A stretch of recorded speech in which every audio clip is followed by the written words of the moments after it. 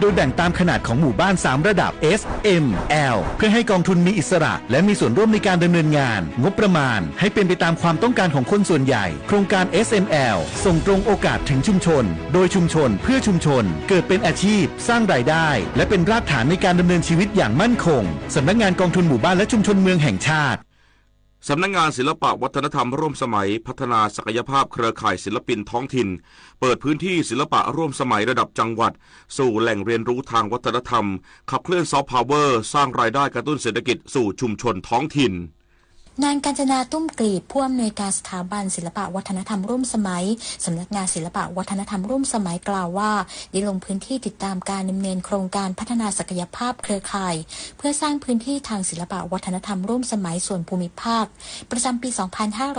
2568 ที่จังหวัดขอนแก่นและจังหวัดกาฬสินธุ์ซึ่งเป็นโครงการที่ดำเนินการร่วมกับคณะสถาปัตยกรรมศิลปะและการออกแบบสถาบันเทคโนโลยีพระจอมเกล้าเจ้าคุณทหารลาดกระบังนำศิลปินศิลปากรและอาจารย์ประจำสายวิชาด้านการออกแบบพันธรักษ์และสาขาที่เกี่ยวข้องด้านศิลปะร่วมสมัยร่วมแลกเปลี่ยนประสบการณ์และความรู้การบริหารจัดการพื้นที่ทางศิลปะวัฒนธรรมร่วมสมัย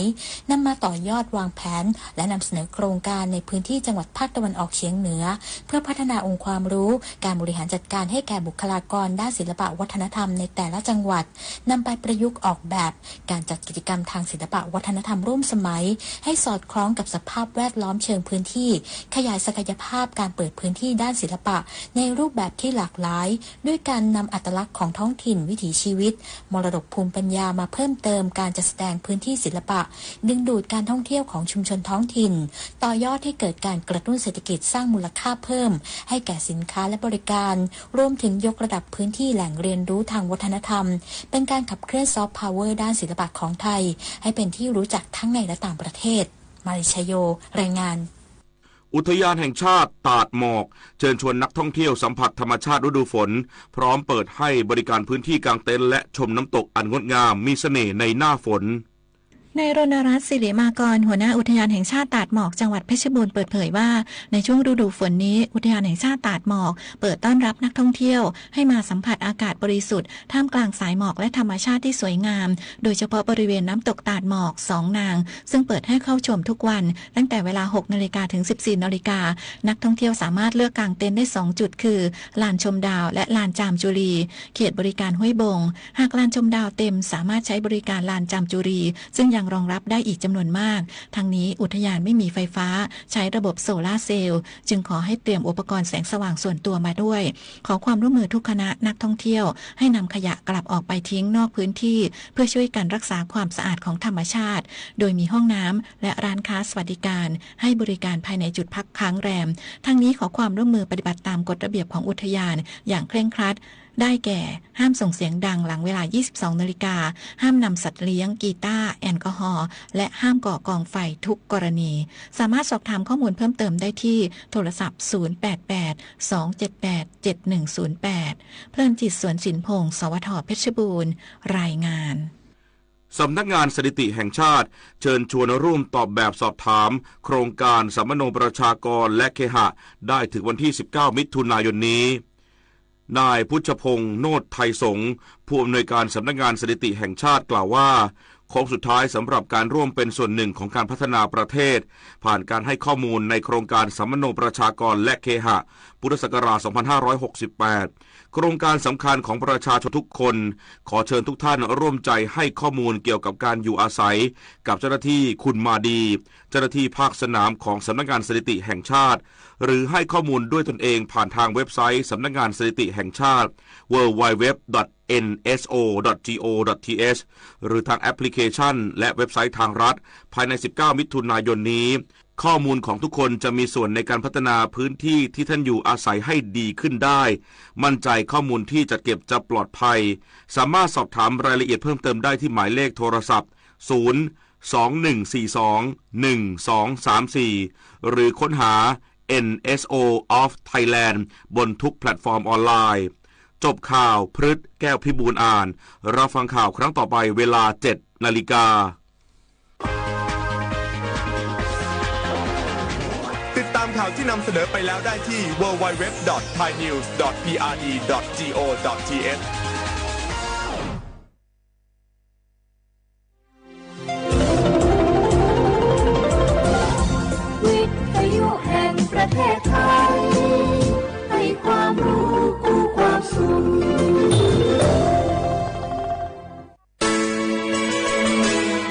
สถานีวิทยุกระจายเสียงแห่งประเทศไทยจังหวัดเชียงใหม่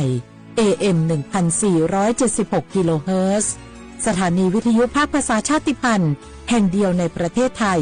ที่มีความทันสมัยเชื่อถือได้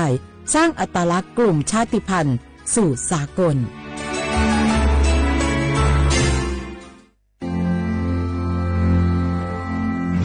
รากฐานสังคมไทยตั้งแต่อดีตจนถึงปัจจุบัน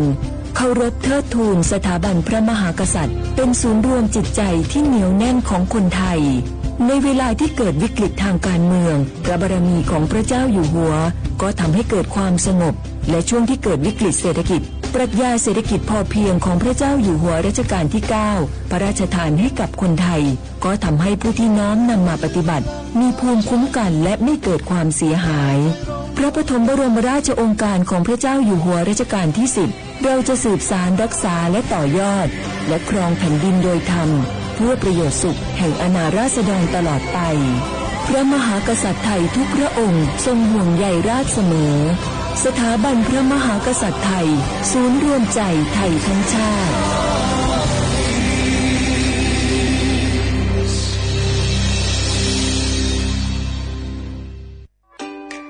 วันนี้คนไทยทุกคนที่อายุ 50-70 ปีตรวจคัดกรองมะเร็งลำไส้ใหญ่ได้ทุก 2 ปีที่คลินิกเทคนิคการแพทย์ชุมชนอบอุ่นไม่เสียค่าใช้จ่ายเพียงใช้บัตรประชาชนสังเกตสติ๊กเกอร์คลินิกเทคนิคการแพทย์ชุมชนอบอุ่นหรือจองคิวได้ที่แอปเป๋าตังเมนูกระเป๋าสุขภาพเลือกสิทธิสุขภาพดีป้องกันโรคดูแลคนไทยห่างไกลจากภัยร้ายมะเร็งลำไส้ใหญ่30 บาทรักษาทุกที่ที่คลินิกเทคนิคการแพทย์ชุมชนอบอุ่นสอบถามเพิ่มเติมสายด่วนสปสช1330 24 ชั่วโมง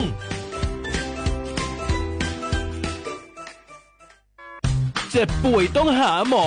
แต่ไม่รู้ว่ามีสิทธิ์รักษาพยาบาลอะไรใช้ได้ที่ไหน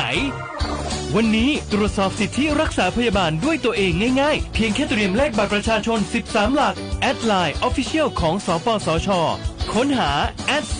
@NHSO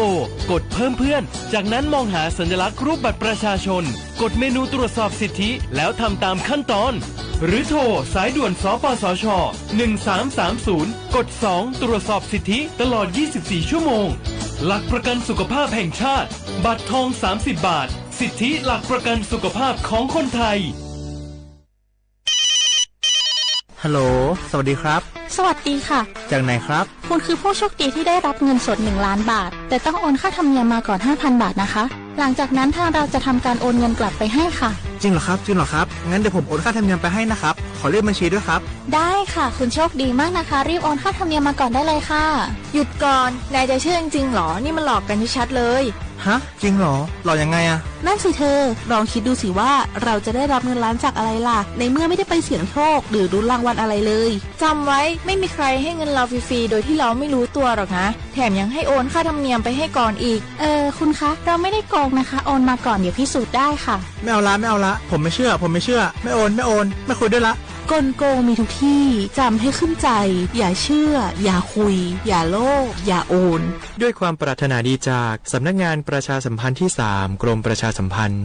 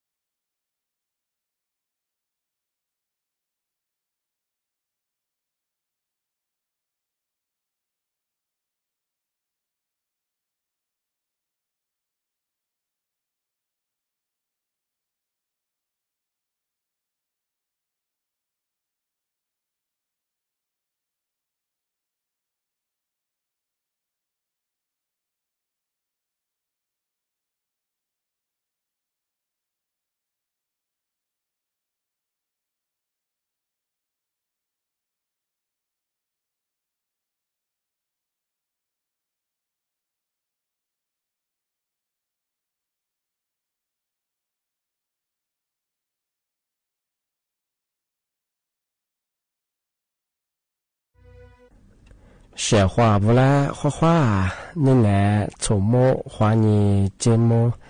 啊我历史我多知的话不老啊啊我历史我把个我们呀他จะหมายดังปัจจุบันนะว่าสถานีวิทยุกระจายเสียงแห่งประเทศไทยจังหวัดเชียงใหม่วัดดะที่ทาววิทยุโดยจำมาเพื่อยีระบบยา AM ยีความถี่ของเพื่อที่ตัวลี่ยาสิจะโฉกเฮกว่าโดยจับที่ทาวระบบไลฟ์สดคือจังยีฟีบุยเพ่งเพื่อสวทเชียงใหม่ AM 1476กิโลเฮิรตซ์โบยาโดลางเอารายการลิสุงงมันยาลิสุงด้วยมันยาที่ยมานีขวาด้วยแน่ๆที่ขวาที่มลอที่ขวางที่มลอมันยานีมุขวานีสามโมด้วยนาที่ยาขวานีนาญาสงที่ยมาคือนีขวาด้วยนี่มีที่ยงมันยาเอาลิสุอาบังมันยาลิหานีจืสานีนี่มีถึงบ้าคือฟูนิงยุโคนิโตนิจังหวะโคที่ปัญญาวัวไทยอาบางปัญญาหวาฮานิเจทีเนี่ยนี่มีถึงบ้าคือวันพุธวันพุธที่21เดือนพฤษภาคมพศบ้าคือ2568ที่ความงองานที่นี้นี่เนี่ยคือนาลาที่มาปีใหม่สุจินเชียงใหม่มันยาอเมซาสาธารณสุขจังหวัดเชียงใหม่คนนี้คือประชาสัมพันธ์ถึงมาเยอะฝรั่งถึงมาประกาศฝรั่งยาแบนมันยาคือเอาชั่วโมงที่แปมันผู้สูงอายุมันยาคือเมื่อหาลิจุดดูแลงมันยาคืออาติยาดูแลสุขภาพเย่บุญเมื่อหาลิจุดไปเราไม่คือนาคืออาเมียจะอาเมียชิจงเธอนาเหตุโทมานาหรือว่าไข้คามาเรียไข้เลือดออกที่นี่คือไข้หวัดใหญ่คือจัวที่นี่คือโควิดคือจัวช่วงงานเอาสมมติที่แปลว่ามันคือนาชินาเยอะคือมันยังไงชินามาข้างที่แปลว่าจ้านาที่จริงที่มาพันหนึ่งเลยก็คือคือยาชิจุ้ยบุญงาที่ก็จะมันยังคือจ้าปีว่ายี่โรคประจำตัวมีสรุปก็คือนาที่มาพันหนึ่งนี่คือขึ้นนาเสร็จแล้วก็คือเสียสเปงอะไรก็คือวัดชมโมที่แปลมันจะคือมาคืดูแลสุขภาพเยอะที่จะคือมหาลีจังมันจะคืออากาศคือจ้าก็คือมหาลีก็คือจ้าหัวจ้าที่หมดก็คือเฉาก็คืออากาศคือปลึกปลาก็คือขึ้นยันดูแลสุขภาพเยอะแบบของงานมันคือวัดชมโมที่แปลมันคือที่เลยปีใหม่สุดจริงช่างที่นี้ที่มาถึงเชื่องที่มาปีใหม่สุดจริงช่างเอามาสั่งไม่ยังที่เอามีลุยจะส่งจะว่าเราตัวส่งไม่ยังก็แบบจะเอามาสั่งแบบว่าสิคือยิบคือที่ก็มาจงราคาคือที่ก็มาค่าบริษัทว่าเฟซบุ๊กแบบติดต่อมาค่ะก็หมดช่องso กว่า是ตัวจะส่งดอลัดจะตัวจะส่งแบบดอที่นี่คือจำแบบที่ว่าพีกำลังแบบอามุสบะคือยิบคือคืออย่างไงบะคือเศรษฐกิจที่มาค้าแบบของงานที่แบงก์ก็ไม่ใช่ของงานอามุสบะคือที่รับเนี่ยคือว่าสิเยอะคือสิวุฒิคืองานมาคือแต่ประหยัดยิงทำไมสุดที่ช่างงานว่ามีแต่ส่วนไม่ใช่คือแบงก์ทำไมนี่ว่าลงทุนมาคือยิ่งกำไรหมดว่าเน็ตเฟร์งว่าปุ๋ยเฟร์ว่าสุดแล้วว่ากู้นี่คือเตื้อมาขามาตรงมีอันเยอะชิงบ่เคยสิ่งที่คุณมาเคยเศรษฐกิจที่มาข้าพโดมาผู้บริเยอะมาแต่ที่เรียกว่าแผ่เยอะชงที่มาเคยทำมาที่เรียกสุดจริงช่างที่มาเคยท้าช่วงวัยผิวหัวบ่เคย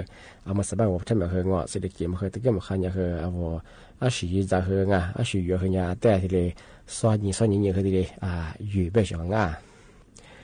ที่นี่คือมีเยอะเลยจะสู้ตัวจะสู้ยี่จะสู้แล้วคือยาคืออย่างที่เลยชื่อจังสุดตัวแล้วคือยิบผิวคือเกิดมาโจงลงทุนมาคือยามีอยู่ที่ก็ที่ตัวบ่คือลงทุนมาคือยาพุ่มจะสู้แล้วของว่านี่ถือว่าร้านนี้ตัวจะเน็ตสืบยี่ปุยวัวมีเยอะจริงบ่คือจะรู้สามโลบ่คือวัวบ่คือยิบผิวคือมาเข้ายิบผิวคือมันโจชงแก่ อันนี้คือมาเคยยังมาตัดซ่างาชงงาเอาว่าชิจคือแต่คนแรกใช้กันเลยโคงาชิจเลยโคงาอันที่ไปทางชงไม่ใช่งาเอาที่ฟุตบอลยิทุ่งพอจบเพิ่งงามาคือแต่ที่เลยวันแผ่ยิงว่าแต่ซ้อนยี่คืออันมาอยู่ตัวอันมาก็แค่วุฒิจะคือเอาที่เลยซ้อนยี่คือที่เลยแต่ความวุที่ยิงกับชงงาพอมันก็บางครั้งมันสายคือเศรษฐกิจคือที่เกิดมาขยันจ้าวุชิจคือวุชิจว่าอยู่เพิ่งงาสุดท้ายแบบจ้า在这么做，有种做不合适做，是不合一批合做不合爱，他们合不合嘛表小爱，这不合嘛合等下玩便宜小爱，天热天嘛的时候，对天嘛是真相没合过来合ที่ปากกาที่ปีมาจังไงที่มาสากลุ่มมิชาชีไงแกนคอเซ็นเตอร์มันจะคือทีนี้แกเนี่ยทีนี้คือที่เรียกคือเนี่ยหัวโทจ่าหัวกือจ่าจังไม่แท้อะไรลิโมที่ห้องเอาเสียเขาอยากโทรฝรั่งว่าอยากไปเห็นนอต่างประเทศคนนี้บ่มีที่พวกคนนี้คือสูจะซื้อยี่ละสูฝรั่งบลงอาจจะไปจะซื้อสูฝรั่งมันคือยี่ละดูเจ้าบลงยี่ละก็เถอะฝรั่งบลงที่มันคือยากกว่านี่นะยากว่าอยากครบล้อบริษัทยากว่ายี่จะฉลาดเมื่อไปดูยี่ที่เรียกว่าเป็นยังไงยี่โทรฝรั่งบลงอาจจะไปเหยี่ละยาโนจะสู้สุดฝืนยาโนเบื่อเป็นยังไงอันนี้โอฟละโนโอฟละเป็นยังยากจะสู้สุดฟละเป็นงอแต่ประเทศว่ายังไงกันยาคือทุฟละนั่นยังฟละชงไงว่าตีโยเป็นยังคือชงไงอันนี้คือยังคือมิชาชีหลักสมข้าสู้ชงไงสู้จะสู้แต่ประเทศว่าคือสู้สุดฟละมันยังคือยิบฝืนยิบสุดฝืนยังไม่ยิงว่ะสู้ได้เบื่อหน้าชงไงบางอาชีพว่าถ้าจะซื้อเป็นแล้วยังพวกเบอร์คือยังไงชงไงเอาแท่งเบอร์เก็บเงินปลายทางยังไงชงไงมาคือจำโมชงไงที่จะทิ้งได้ทุกฝรั่งยี่ผู้บ่าวกุมยาวดงจะซื้อสูงดแต่ไปอันนี้สูบคือยี่ค่าธรรมเนียยี่ภาษีเงินบัวดงไปมีโอฝรั่งเป็นไงวิธีมาคือจวงชงเขาบอกที่เป็นอย่างคือมาคือเนี่ยถัดอยู่จากปีหัวนูแบบมันเป็นไงแสดงว่าเนี่ยเป็นนี่คือแบบเทอมแบบเอารัฐทุกฝรั่งยี่ในละผู้บ่าวนี่ลากกระโงเดี๋ยวไปคือยูอุบฝีคาร์เนียเฮโนก็ถืออุฟลาเป็นยังไงอุฟลาเป็นยังไงจวงมาเงี้ยชงยูขาคือก็ตัวงานไปคือเอาที่ปากกาจะคือหลัดชมเป็นยังคือมาซื้อสุบไปคือมาซื้อเป็นยังคือที่ยูจามาคือมีอะไรไงกันเนี่ยไปคือมาซื้อไปคือผู้บ่าวมาจูไปคืองัวเนี่ยสุดละอ้วนมาคือจวงสุดท้ายไปคือสู้มาอุฟลางจะซื้อมาสุฟลางอาทิตย์วันนี้เอามาใส่เห็นเนี่ยไปคือหลัดชมเป็นยังคือมาซื้อสุบไปคือมีอะไรไปคือชงเอาวัวสุดแพ้วัวชิวาวัวเอาวัวยิ่งจะยิ่งมากกว่าจีเอฟเวปาร์เฮงานที่เลยปีมั่งทำไมยาสำนักงานตำรวจก็ยังที่เลยขึ้นยังที่เลยประชาสัมพันธ์ที่เลยขึ้นยังยี่ฝรั่งแล้วก็งอที่เลย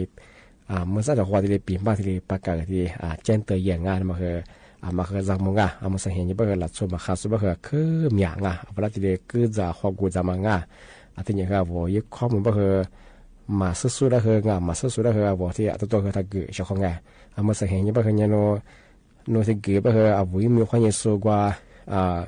มีชาววุยโดผู้บักกู้ยโดงอโลวุยโดหินได้ว่าเป็นไงก็จวงไงชอบไงแต่ก็ถือว่าคือผมสบายอาวุธมีสุราเกออาวุธข้อมูลสุราเกอแบบที่ติ่งอยู่กับแบบธนาคารนู่นเหี้ยเหล่าไงนู่นเหี้ยยี่เหล่าไงว่าโนผู้บักกู้ละหญิงรัดสมว่าละเป็นยังไงเอาไว้ยังสมัครเสื้อละว่าก็แท้ว่า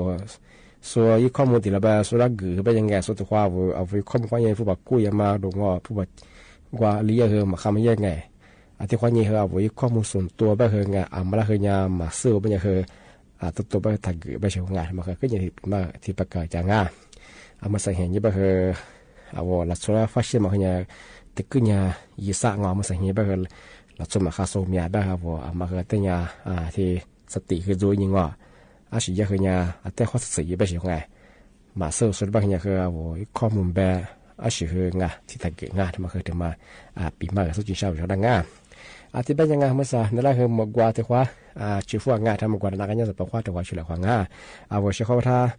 พลาสุดละไงทาวิธีนั้นอาจจะโซไล่สุติสุดละคือข้อความงงไงเชื่อเขาไงมาในตัวยังนั้นอาจจะเป็นไงถ้าไทยประชาชน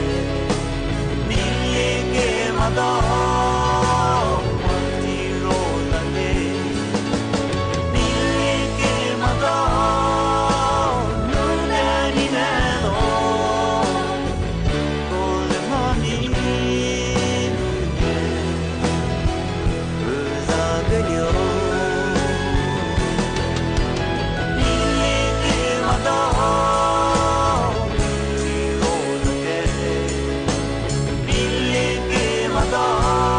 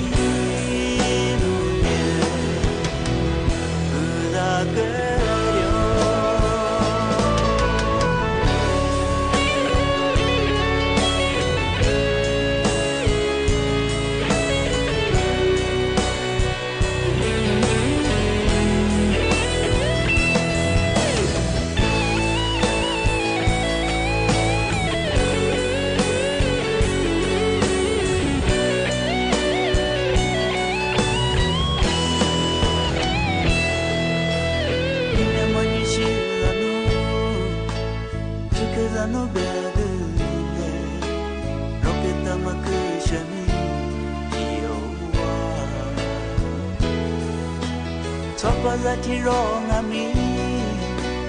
眼里在吃了路，阿尼没事路的你给到谁？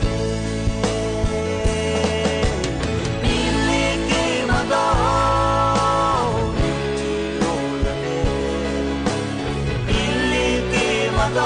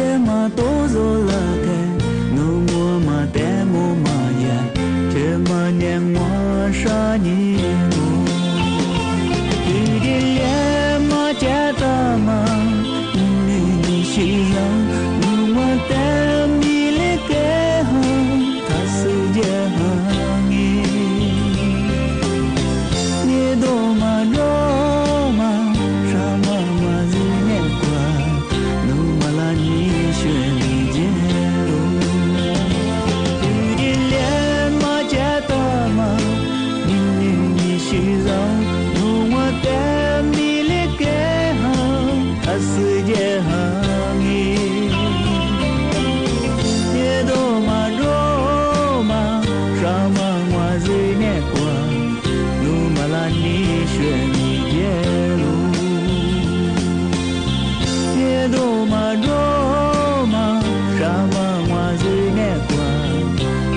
拉尼旋米耶路，努马拉尼旋米耶路，努马拉尼旋米耶路。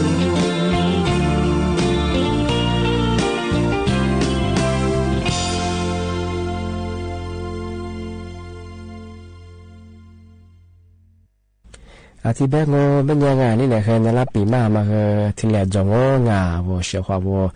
นานาโซถ้าตัวนี้สุดละคือบมงานั่นละคือจุดชีจอมาฟูจะชีจะว่าคืออะไรว่าจริงที่นี่ก็ที่นี่คือข้อว่ากุยจิตของงาที่นี่คือเอามือสั่งไม่ใช่คือเอาวัวส่งพันเหนือไม่ใช่คือไงที่การิต้นไม่ใช่ทายากลงอุตุนิยมวิทยางาที่มีแต่บัวกุยิโซเตยิโซแบ่งที่ไม่ใช่คือมีฮิโลฮาจวยเหมือนฮันเลียมาคือจวยงาแบบเฉพาะงาอามาแล้วก็จะเฮงามาก็เดี๋ยวมากว่าชีดูแลสุขภาพเยอะงาวัวจะกูยูซูโลยูซูงูเป็นยังไงอุยาเยอะเฮโลเชื่อเฮงา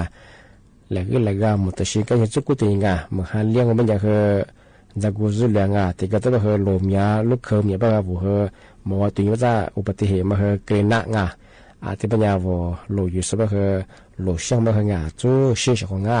โลชิยังกว่าสสัญญาการจะมาบิดเดิมมาวิดีโอเดิมมาถ่ายงานทำมาขยันพิกอมาย่าชงงาเอาโลชิสุดขยันจูช่วยงานทำมาขยันมาที่เรียปีมาชิยังงาวันที่เรียบขยันจะก็จะบาคืออุบัติเหตุมาขยันโลจุดแล้วความมาขยันมาจูช่วยชงงาบาคือมาขยันที่เนี่ยจำมวยที่เรียโลยูโลชิชงงาที่บ้านเนี่ยจัดที่มูลงานี่มุขวานี้สามมัวแต่ความมัวหลายความชงงานี่เนี่ยบาคือนั่นละปีมาคือที่เรียจงงาเอารายการลิสงโอประกาศกุบทาจิ้นใหม่ดังสถานีวิทยุกระจายเสียงแห่งประเทศจังหวัดเชียงใหม่ว่างที่ทาวยิบเพไปเฮสวทเชียงใหม่ AM 1476กิโลเฮิรตซ์เลยไลฟ์สดยังไงนาทีนี้ขวัญเย่หนังยัดสังงานในไปเฮชมโมขวัญเย่เจมโมทีมเราไม่ใช่เฮหนีโมขวัญเย่สามโมง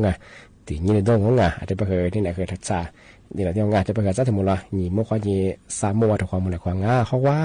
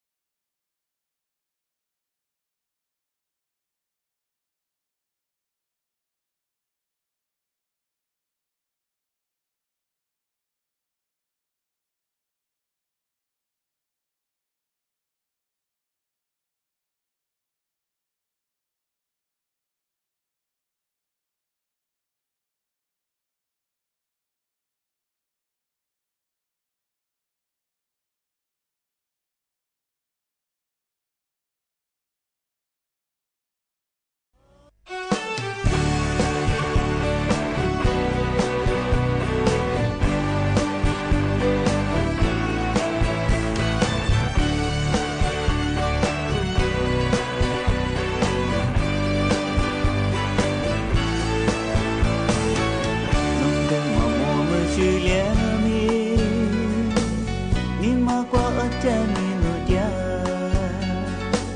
撒哈米你自别拉的，你是在日着起，诺里为拉米给俩米，你马瓜在你日着，我比什么么巴拉的，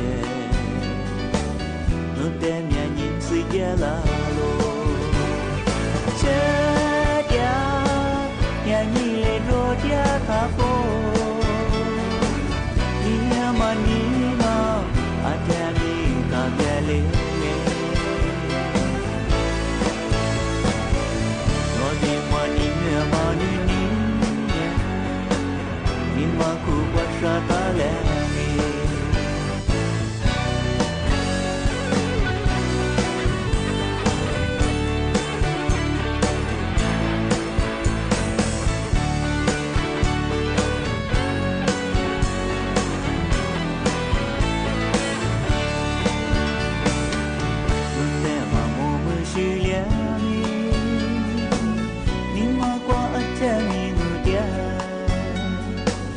撒哈米内自别拉的，你是在日着起，诺的为拉米贝俩米，你马瓜在你日着，我比什么么巴拉的，诺的面你是别拉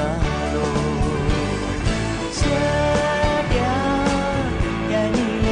dia kapo ninna manima atami kabyale none wani me bane ninya nimma ku panda tale dia yani le ro dia kapo ninna manima